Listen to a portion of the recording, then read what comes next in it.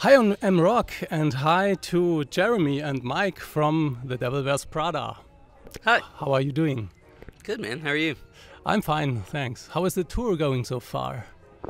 It's been great. It's been awesome.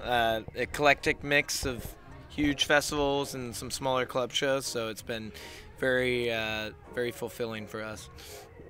So you guys are together on tour since you finished high school.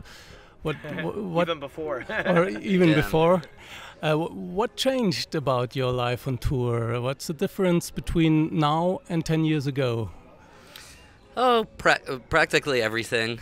I feel like a lot of the times people always ask us, like, what changes about your band over the course of 12 years, 10 years, or whatever? And my most frequent answer is the people change after that amount of time because you're a different person from when you're 16 to 28, 29. Andy just turned 30. He's our oldest elderly man. Just a lot of things happen. I mean, I think the original members being Jeremy, Andy, and myself are all still Chicago, and I kind of feel like that bit of culture has held us tightly. Whether that's entirely accurate or not, I'm not sure. But yeah, it's just it's growing. It's becoming an adult. It's dealing with different responsibilities. It's dealing with different issues in your life. But whenever we start working again, or whether it's going out on tour or writing a record, we're all in. So are there any favorite incidents about your life on tour? Any favorite stories that you can tell us? Why don't you talk about Holland? Or no, Hungary. Oh, Hungary? Yeah. Well, one main difference about when we started, we were young kids that could not legally drink in America, and now various members crawled their way back to the vehicle at the end of the night. Hungary, we played, what was it called? Volt Festival? Yeah. So it was awesome, but we played kind of early, had some drinks, went and watched Ellie Goulding. And then the Hungarians introduced us to this CO2 infused vodka or something that they drink there, and we're kind of like yes men, so we just kept going with it and ended up at 4 or 5 little clubs with every kind of music you could think. But we don't do cocaine, so whatever, it's a chill night. And any favorite stage moments that you remember?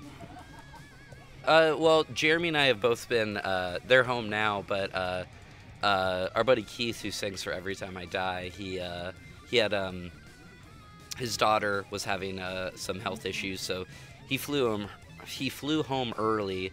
The rest of the guys wanted to finish up the festivals and everything, so they just had buddies filling in throughout the rest of their run. Jeremy did 3 shows, 2 songs apiece, and I did 2 shows at 4 songs each. But they had like the guys from 4 Year Strong, Ryan Trapped Them, Sam from Architects.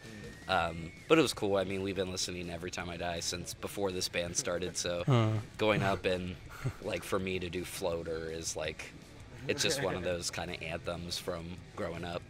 Yeah, if we would have known, we probably would have flown a bunch of our buddies out to be like, can you even believe this kind of thing?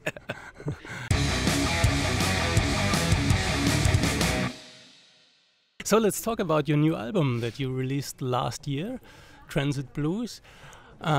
You said one day, when we are making a new album, we want to do something we haven't done before to push the boundaries even further. What could that be concerning the new album?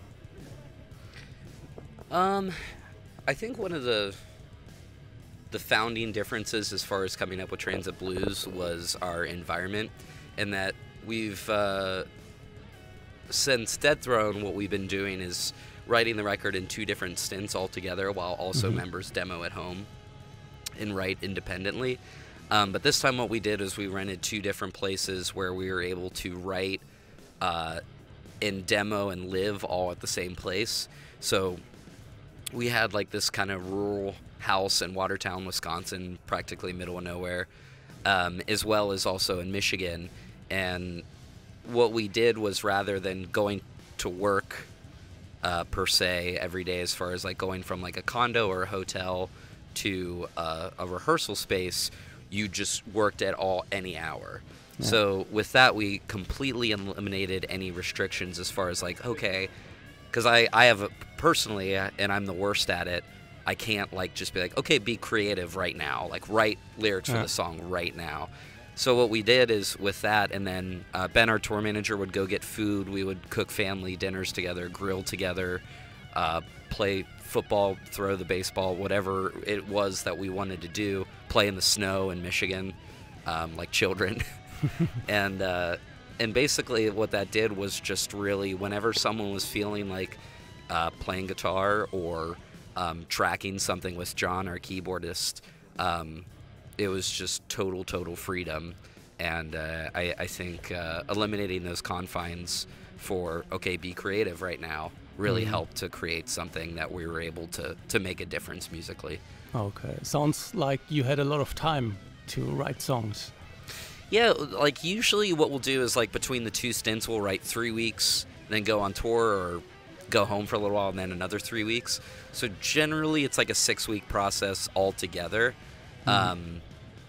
I mean, we could write more, but I've also done, I'm always like, I don't want to create material that we don't use, and I don't want to create identities to songs that we don't use.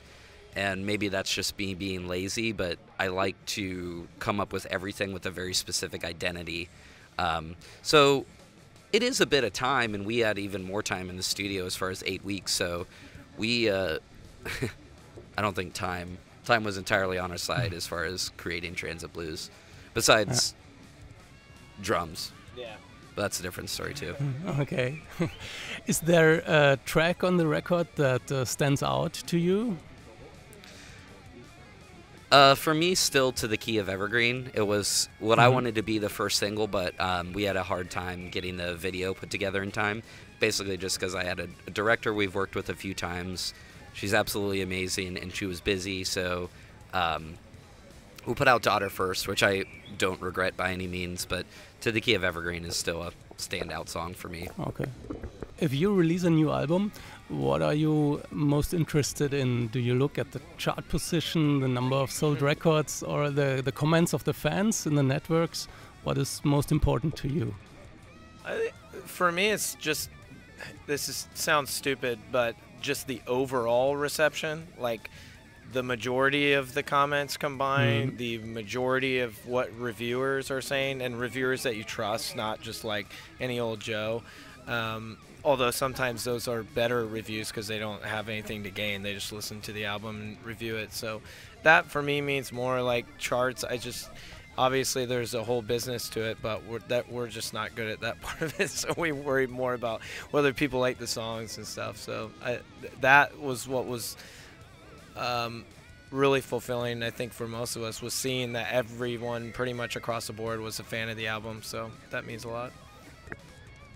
Yeah, I mean, reception is, we don't really compromise as far as like writing something poppier, writing something heavier. It's just what feels most forward to us. So there is, I can promise to anyone, there is all the effort in the world as far as design, track listing, and everything on our end. And then for me personally, I won't read comments, YouTube comments and things like that. You don't read that? No. Okay. No. Some of the guys do. I will not. Reviews I do read. But that's a world of difference compared to ignorant YouTube kid in his mom's basement or whatever making radical assumptions. Yeah, all you have to do is look at like a comment underneath a Merkel or a Obama speech and see, oh, a comment means pretty much nothing in the world. You know? So thank you very much for this interview. I'm looking forward to your show tonight. Hope to see you again in Munich someday. Thank you. Hopefully sooner and later.